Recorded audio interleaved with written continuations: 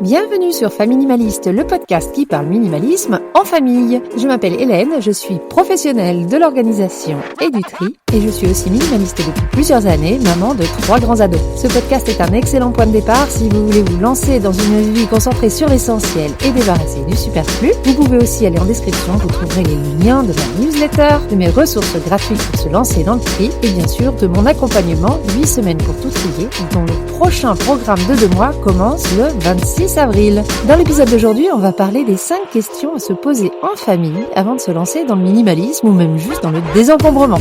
Allez, c'est parti pour l'épisode du jour. Faminimaliste, c'est le podcast qui parle de minimalisme en famille. Alors aujourd'hui, on est pile dans le sujet. Si vous écoutez ce podcast, il y a une très grande chance pour que vous soyez de une femme et de 2 mères de famille. C'est pas moi qui le dis, ce sont toutes les infos récoltées par Spotify, Google, YouTube et même mon hébergeur de podcast. Et oui, vous laissez des petites traces et vous me laissez des petits indices, comme ça je sais qui vous êtes. Et il y a aussi grande chance pour que vous soyez la locomotive du projet Vivre mieux avec moins en famille. Et même si vous êtes convaincu que le minimalisme c'est le bon chemin pour vous, vous avez peut-être des doutes sur le reste de la famille. Vous ne savez peut-être pas s'ils seront d'accord de vous suivre ou si, tout simplement, ils en seront capables sur le long terme, même s'ils sont d'accord. D'autant plus que le minimalisme c'est très personnel au final. Si c'est l'art de se concentrer sur son essentiel et de se séparer du superflu, notre essentiel ne sera sans doute pas le même que celui de notre conjoint, de notre conjointe ou de nos enfants. Bref, vous avez peut-être des doutes sur la marche à suivre ou la faisabilité du projet, et c'est à ces doutes que je vous propose de faire face aujourd'hui. J'ai concocté une liste de 5 questions à se poser en famille pour tester un peu l'eau, pour voir où tout le monde en est et voir si ce projet désencombrement ou minimalisme est prêt à être actionné. Alors ces 5 questions, ça ne veut pas dire que c'est les seules 5 questions, mais ça vous fera un bon point de départ, on va dire. Alors la première question à se poser avant de se lancer, vous la connaissez depuis le temps que vous écoutez le podcast. Pourquoi on veut adopter le minimalisme? Pourquoi on voudrait vivre avec moins? Le but, c'est de savoir si on a tous la même motivation et à quel degré. Est-ce qu'on a tous, peut-être qu'on souhaite avoir un intérieur plus ordonné, parce qu'on en a un peu marre des montagnes de livres, de papier, des jouets qui traînent.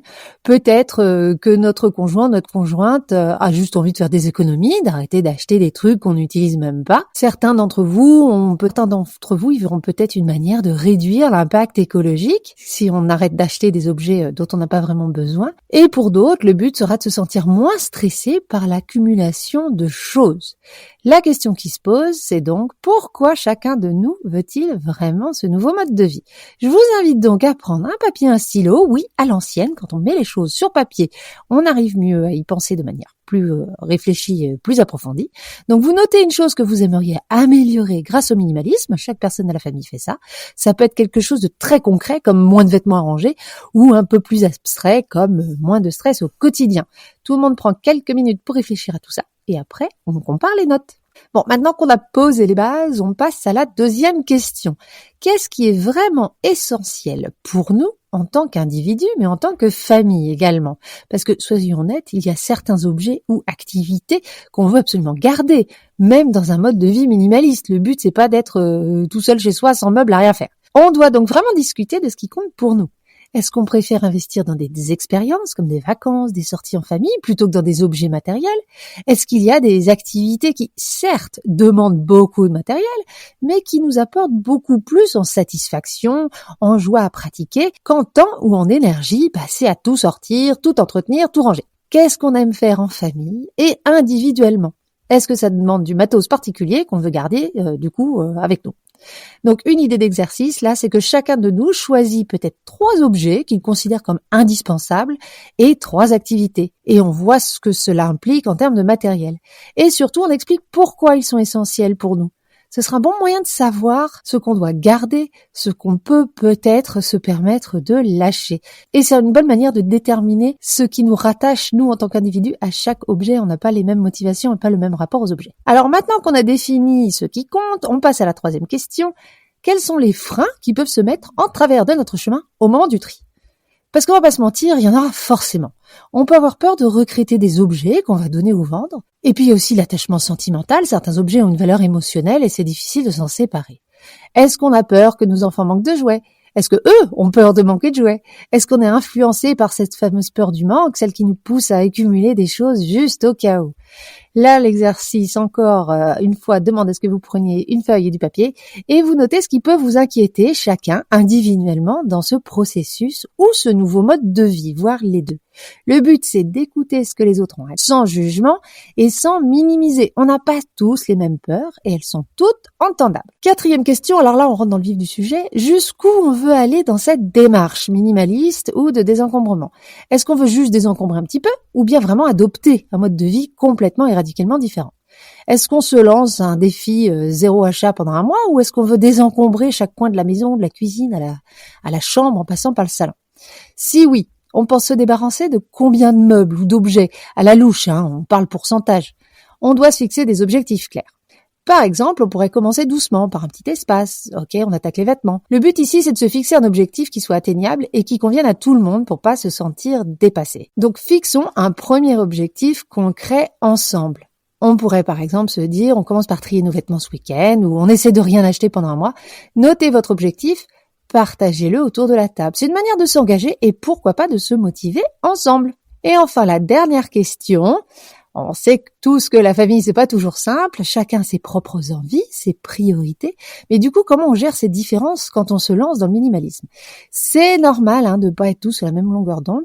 Acceptons que chacun évolue à son rythme. Peut-être que quelqu'un a envie de tout trier d'un coup, ou alors que quelqu'un d'autre préfère y aller progressivement. Est-ce qu'on met en place des espaces perso où chacun peut garder tous ses objets, ses souvenirs, sans que ça empiète sur les autres espaces de la maison? Comment on fait pour respecter les différents niveaux de minimalisme qu'on peut avoir d'un membre de la famille à l'autre? Le but est de décider d'une règle de respect mutuel. Par exemple, chacun est libre de désencombrer ses affaires, mais on décide ensemble pour les objets communs. Ça permettra d'éviter les frustrations et de respecter les choix de chacun.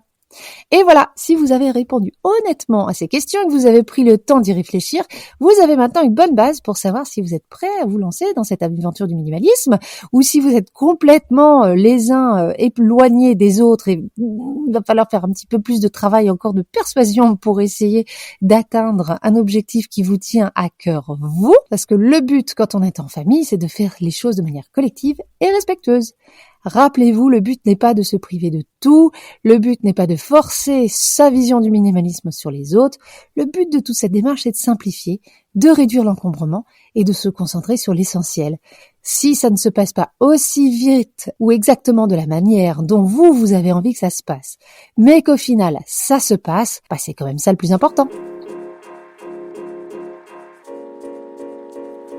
Et voilà pour l'épisode du jour, j'espère qu'il vous aura aidé à avancer dans votre démarche de désencombrement ou de mode de vie minimaliste. Si vous voulez rentrer en contact avec moi, si vous avez des questions, si vous voulez même venir en tant qu'invité sur le podcast parce que vous avez un témoignage que vous aimeriez partager sur le minimalisme ou le tri, n'hésitez pas, tout est en description. Vous trouverez bien sûr en description les liens des ressources gratuites et les liens du programme 8 semaines pour tout trier. Il reste encore des places, mais elles sont limitées. Et bien sûr, si vous aimez toujours ce podcast, merci de le partager avec le plus grand nombre, de mettre des cœurs, des étoiles et des commentaires sur vos plateformes d'écoute. Merci. Je vous dis à la semaine prochaine. Et en attendant, n'oubliez pas, vivre avec moins, c'est vivre avec mieux.